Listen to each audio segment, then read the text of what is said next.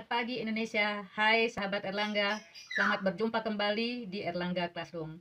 Erlangga Classroom adalah persembahan dari penerbit Erlangga untuk membantu adik-adik belajar dalam jarak jauh. Hari ini bersama saya Nike Lasmi kita akan belajar medan magnet khususnya untuk anak-anak kelas 12 IPA. Magnetik. Di kelas 9 kalian sudah pernah belajar tentang medan magnetik. Hanya khusus mungkin waktu kalian di kelas 9 itu membahas medan magnetik yang disebabkan oleh magnet tetap. Sekarang di kelas 12 SMA ini kita khusus membahas medan magnetik yang disebabkan oleh penghantar berarus listrik. Pada medan magnet tetap, medan magnet digambarkan dengan garis-garis gaya magnet yang keluar dari kutub utara menuju kutub selatan seperti ditunjukkan pada gambar. Jadi, arah garis gaya medan magnet ini keluar dari kutub utara menuju kutub selatan. Nah, sekarang bagaimana jika medan magnet ini dapat terjadi pada penghantar berarus listrik? Bila kawat penghantar dialiri arus listrik, maka di sekitar kawat penghantar akan timbul medan magnet. Teori ini pertama kali ditemukan oleh Hans Christian Ørsted dari tahun 1777 sampai 1851. Alat yang digunakan sangat sederhana adik-adik, yaitu kawat penghantar, magnet jarum, lampu, dan sumber tegangan. Nah, ini cara kerja dari medan magnet pada kawat penghantar. Jika kawat penghantar dialiri arus listrik, lampu akan menyala dan di sekitar kawat penghantar, magnet jarum ini akan menyimpang. Ini membuktikan bahwa di sekitar kawat penghantar timbul medan magnet yang dapat kita tunjukkan lebih jelas dari gambar di bawah ini. Jika saklar saya buka, berarti dalam rangkaian ini tidak ada arus listrik. Ternyata magnet jarum tidak bergerak, posisinya seperti posisi semula. Posisi semula, yaitu gambar A. Sekarang kalau saklar kita tutup, berarti arus, seperti gambar B, arus akan mengalir. Ternyata kutub utara magnet jarum menyimpang ke kanan. Bagaimana kalau sumber tegangannya kita balik, yaitu gambar C. Ternyata kutub utaranya menyimpang ke kiri. Dari ketiga gambar ini membuktikan bahwa medan magnet dapat terjadi jika kawat penghantar dialiri arus listrik.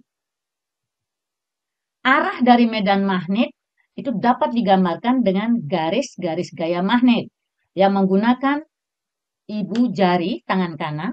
Ibu jari menyatakan arah arus dan lekukan jari tangan kanan itu menyatakan arah medan magnet. Jika arah arus ke atas, maka garis gaya magnet berputar ke kiri seperti ditunjukkan oleh gambar. Jadi ini membuktikan bahwa di sekitar kawat penghantar timbul medan magnet. Besar medan magnet yang ditimbulkan oleh kawat penghantar ini disebut dengan induksi magnet atau kuat medan magnet dan diberi simbol B dengan satuan Tesla atau bisa juga diganti dengan Weber per meter kuadrat. Besarnya medan magnet yang ditimbulkan oleh kawat penghantar berarus listrik ditentukan berdasarkan hukum Biot-Savart. Jika seutas kawat dialiri arus listrik sebesar I, maka pada elemen kawat kita ambil adalah DL di sekitar kawat ini akan timbul medan magnet. Misalkan titik A berada pada jarak jauh R dari kawat penghantar, maka di titik A ini akan timbul medan magnet.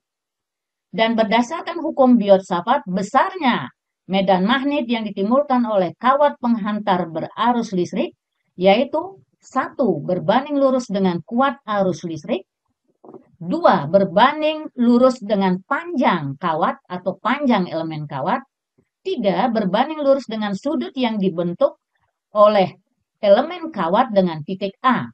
Dan yang keempat, berbanding terbalik dengan kuadrat jarak antara titik dengan kawat penghantar berarus listrik. Rumusnya seperti ditunjukkan di atas ini. Nah sekarang, Induksi magnet ini dapat terjadi pada apa saja. Ternyata induksi magnet ini dapat terjadi berbagai bentuk penghantar. Yang pertama adalah kawat lurus panjang. Jika kawat lurus panjang, kita beri arus I ke atas. Kemudian kita letakkan di sini ada titik A atau titik A misalkan. Kemanakah arah medan magnetnya? Maka arah medan magnet sesuai dengan aturan tangan kanan kita tadi, dia akan menuju ke dalam. Nah, sekarang perjanjian, kalau medan magnetnya arahnya menjauhi pengamat atau menuju bidang gambar, diberi tanda cross. Ini ya. Ini ingat adik-adik, ini B. Nah, sekarang kalau kita taruh di sini adalah titik B misalkan. Kemana arahnya? Yaitu menuju kita. Kalau menuju kita, ini diberi tanda dot. Ini untuk memudahkan. Di B. Nah, kita akan mencari berapakah besar induksi magnet di titik A. Kalau jarak dari kawat ke titik A ini adalah sebesar A, ini adalah induksi magnetnya, maka B di sini besarnya adalah mu 0 kali I per 2 VA. Ini adik-adik. Ini kita sudah rumuskan di sini. Nah, sekarang bagaimana kalau kawatnya berbentuk lingkaran? Nah, untuk kawat berbentuk lingkaran yang pertama kita bahas pada sumbu lingkaran. Sumbu lingkaran adalah demikian, ya. Ini kawat kita aliri I, kemudian ini pusat lingkaran. Ini dari pusat lingkaran kita pakai M, ini P, ya. Nah, sekarang ini adalah jari-jari lingkarannya, ini A, ini adalah R. Kita ingin mencari berapakah induksi magnet yang ada di sini. Arahnya akan ke sini, adik-adik ya. Jadi ini arah B-nya. Kita akan cari dulu. Ini sudutnya theta. Besarnya adalah B sama dengan mu 0. Kalau satu kawat, kita tulis satu dulu. Kali I kali A sin theta per 2 R kuadrat. R kuadrat ini adalah A kuadrat jari-jari ditambah sumbu lingkaran MP kuadrat. Nah, sekarang kita ingin mencari berapakah sin theta pada gambar ini. Sin theta itu adalah A per R. Sekarang jika ada N lilitan kawat, maka besarnya induksi magnetnya adalah B sama dengan mu 0 N I kali A sin theta per 2R kuadrat. Nah, bagaimana kalau di pusat lingkaran? Kalau di pusat lingkaran, kita gambarkan seperti ini, adik-adik. Ya, harusnya saya lewatkan dari sini aja. Ini pusat lingkaran. Jadi, M, ini B-nya di sini. Ini B. Nah, di pusat lingkaran berarti R-nya sama dengan A. Kemudian, θ-nya sama dengan 90 derajat. Kita tahu sin 90 adalah 1. Dan demikian, B, induksi magnet yang terjadi di pusat lingkaran adalah mu 0 kali N kali I kali A sin 90 derajat per 2A kuadrat. Ini kita coret. Sin 90 ini masih ingat adik-adik? Sin 90 adalah 1 kan? Dengan demikian B di pusat lingkaran menjadi mu 0 kali N kali A per 2A. Jangan tertukar dengan kawat lurus panjang ya adik-adik. Baik adik-adik, kita lanjutkan sekarang induksi magnet pada solenoida. Solenoida adalah kumparan yang mempunyai panjang. Sekarang bagaimana induksi magnet pada solenoida? Pada solenoida, ini adik-adik kita gambar demikian. Kita aliri arus listrik I. Jika panjang solenoida ini adalah L, maka kita akan dapatkan pada ujung solenoida, salah satu ujungnya, induksi magnetnya B sama dengan mu 0 kali N kali I per 2L. Sekarang, kalau di tengah-tengah, di mana kira-kira? Kalau di tengah-tengah, kita tetap gambar solenoidanya yang tadi, ini demikian. Kita aliri arus I. Dia ada di tengah-tengah. Panjangnya tetap L. Maka kita akan dapatkan B sama dengan mu 0 kali N kali I per L. Sekarang induksi magnet ini juga dapat pada toroid. Apa itu toroid? Toroida adalah solenoida yang berbentuk lingkaran. Kalau kita gambar bentuknya begini. Ya. Sehingga kita akan dapatkan L-nya di sini menjadi L-nya tadi adalah 2 keliling lingkarannya, 2 VA. Dan demikian B pada solenoida adalah mu 0 kali N kali I per 2 VA. Ini yang membedakan dengan kawat lurus panjang. Di kawat lurus panjang tidak ada N. Jangan tertukar rumusnya. Nah, inilah induksi magnet yang terjadi pada berbagai jenis penghantar. Nah, sekarang kita akan lanjut ke gaya Lorentz.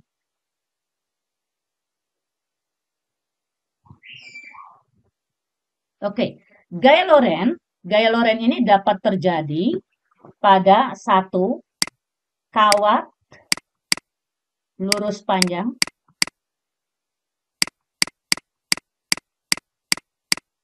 pada medan magnet. Saya pakai BA saja. Yang kedua, muatan listrik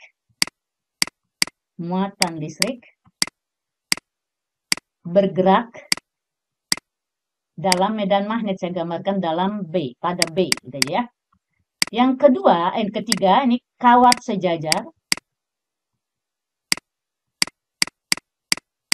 berarus listrik. Ini harus ingat, berarus listrik. Jadi gaya Lorentz ini dapat terjadi pada kawat lurus panjang yang berada dalam medan magnet, yang kedua pada muatan listrik yang bergerak pada medan magnet, dan yang ketiga kawat sejajar berarus listrik. Arah gaya Lorentz dapat kita tentukan dengan tangan kanan, adik-adik. Ibu jari menyatakan arah arus, yang ini menyatakan arah arus. Kemudian jari telunjuk ini menyatakan arah medan magnet, dan jari tengah menyatakan arah gaya Lorentz, ya. Misalkan, katakanlah seperti, nanti kita akan lanjutkan ke kawat lurus panjang. Pada kawat lurus panjang, kita gambar, ini ada kawat lurus panjang, berada dalam medan magnet, ya. Ini saya gambar yang sederhana aja, ini kutub magnet utara, ini kutub magnet selatan, biar punya bayangan. Jadi arah medan magnet tadi dari mana? Kutub utara menuju kutub selatan, berarti ini arah B. Arah B-nya menuju selatan. Arusnya ke atas. Gunakan aturan tangan kanan tadi. Maka arah gaya Lorentz kemana? Yaitu arah gaya Lorentz adalah menuju bidang gambar. Kita beri tanda cross. Ini F. Ya, adik-adik. Besarnya gaya Lorentz di sini, jadi F-nya adalah sama dengan L, I, cross B. Masih ingat kalau cross apa di vektor? Di kelas 11? Maka F sama dengan L, I, B, sin theta. Ya. Untuk lebih mudahnya, F sama dengan B, I, L, sin theta. Apa itu L? L adalah panjang kawat. L-nya panjang kawat. Kemudian B adalah induksi magnet.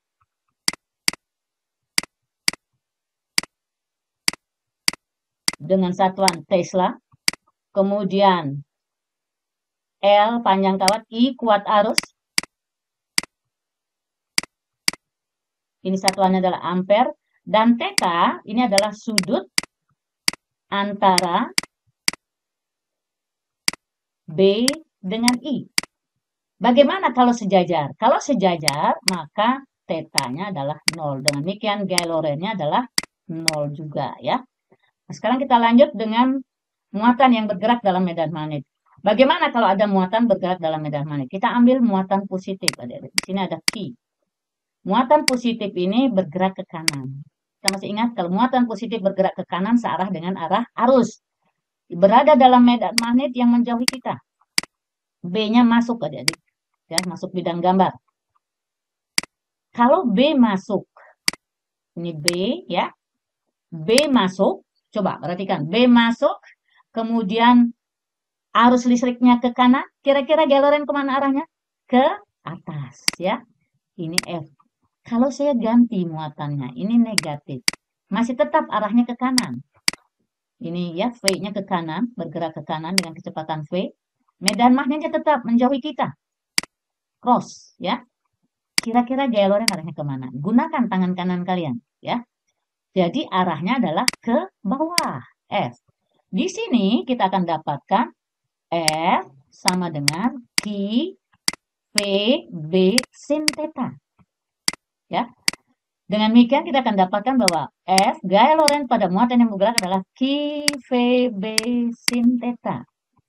Bagaimana jika tetanya 90 derajat?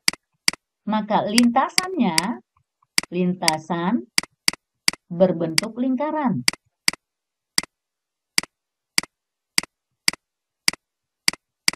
Berarti di sini gaya Lorentz akan sama dengan gaya sentripetal. Masih ingat pelajaran sentripetal? Gimana?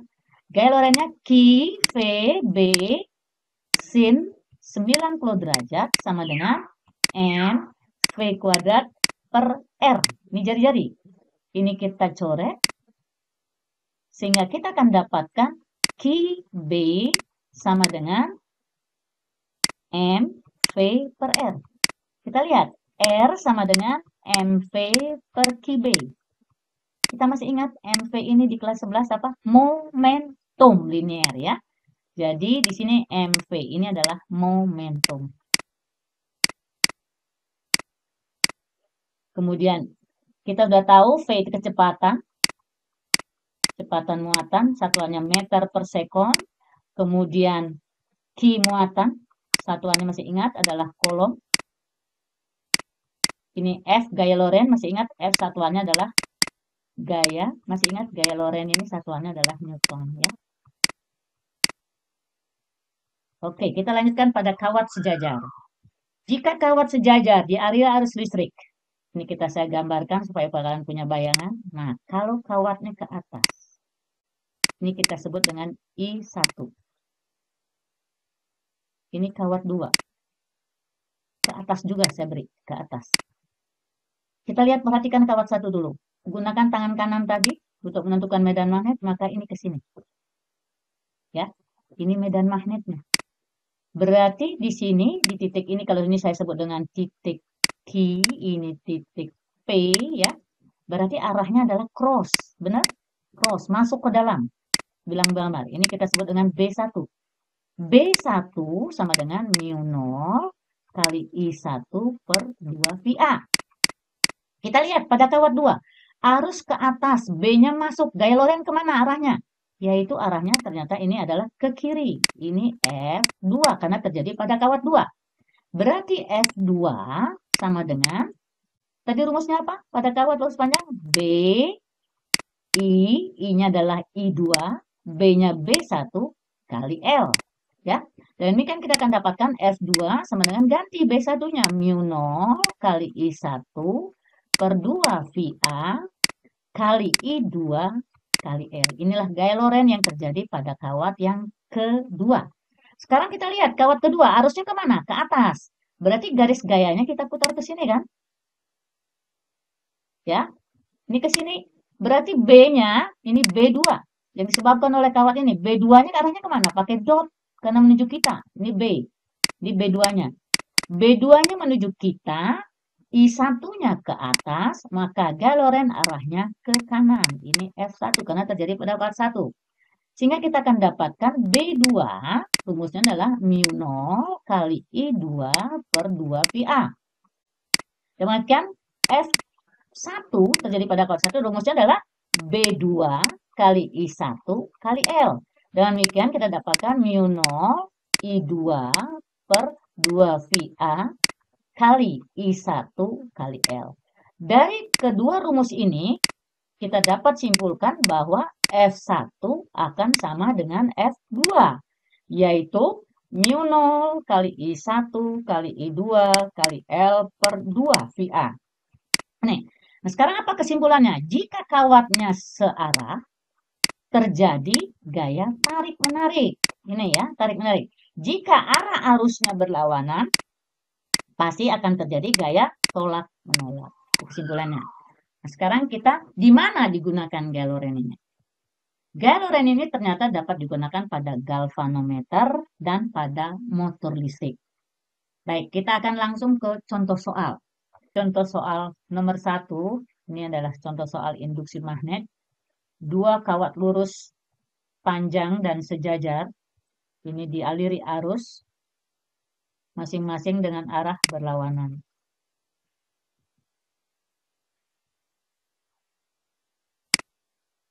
Satu kita ambil ke atas, ini I1. Satu lagi kita ambil ke bawah, ini I2. Jika jarak antara kedua kawat ini kita sebut dengan A, sama dengan 10 cm. Kita ingin mencari berapakah induksi magnet di tengah-tengah kawat ini. Kita sebut dengan titik P, ya. Nah, berarti di sini A1 sama dengan A2 sama dengan 5 cm, yaitu 5 kali 10 pangkat min 2 meter. Kita ingin mencari berapakah induksi magnet di titik P ini. Kita lihat dulu kawat 1. Arah ke atas, maka garis gaya diputar ke kanan. Jadi, ini I1, kita dapatkan ini arahnya ke dalam, B1, kita beri tanda cross untuk memudahkan. Nah, kemudian kita lihat kawat 2, arahnya ke bawah. Kita putar ke sini, ini B, ya, ini adalah B2, juga arahnya sama-sama ke dalam. Dan demikian, maka B total di P itu adalah jumlah B1 plus B2, karena searah. Besarnya adalah mu 0 kali I1 per 2 VA1 ditambah mu 0 kali I2 per 2 VA2. Kita masukkan. Jadi B di P sama dengan 4V kali 10 pangkat min 7 kali 5 ampere per 2V kali 5 kali 10 pangkat min 2 ditambah 4V kali 10 pangkat min 7 kali 10 ampere per 2V kali 5 kali 10 pangkat min 2. Ini kita coret 2, ini kita coret 2, demikian ini juga. Ini 2, 5 dengan 5 ini kita coret, maka hasilnya kita dapatkan adalah 2 kali 10 pangkat min 5, ini bawah naik, ditambah 4 kali 10 pangkat min 5. Sehingga hasilnya sama dengan 6 kali 10 pangkat min 5 Tesla. Berarti jawabannya adalah E. Sekarang contoh soal yang nomor 2. 3 buah kawat sejajar, seperti gambar ini. Arahnya I1 ke atas, I2 ke atas, I3 kita buat ke bawah. Kita ingin mencari berapakah induksi magnet pada kawat B. Kita lihat pada kawat B, ini arahnya ke, kita lihat 2 kawat sejajar ini, ya. Saya buat gambar aja. 2 kawat sejajar dulu.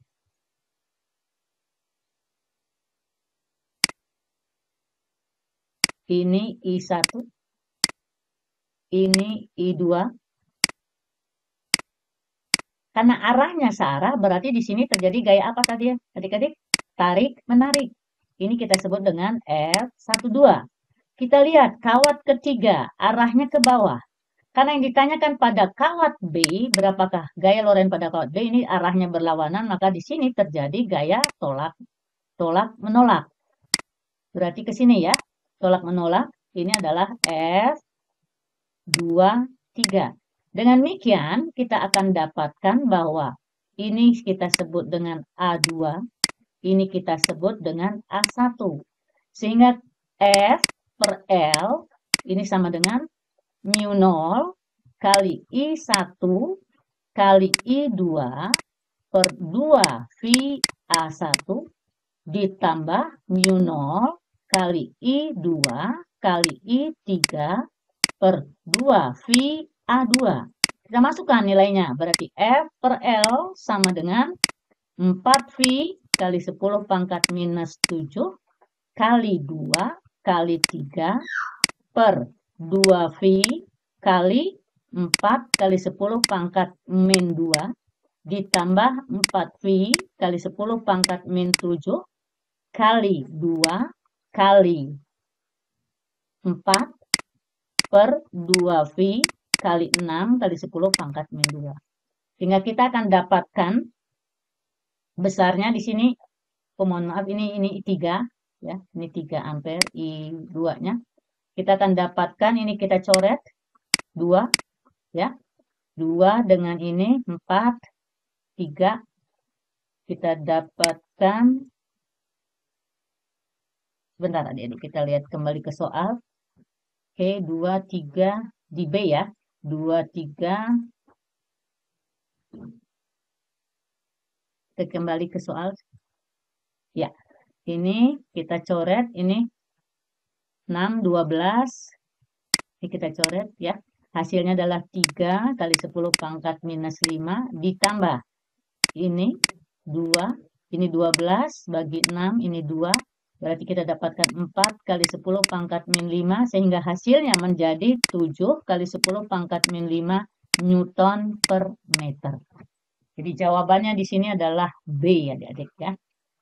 Semoga anak-anak sahabat Erlangga sudah paham dengan apa yang saya jelaskan tadi. Dan jangan lupa kita akan bertemu kembali di materi yang lain. Jangan lupa like dan subscribe di channel ini. Sampai jumpa.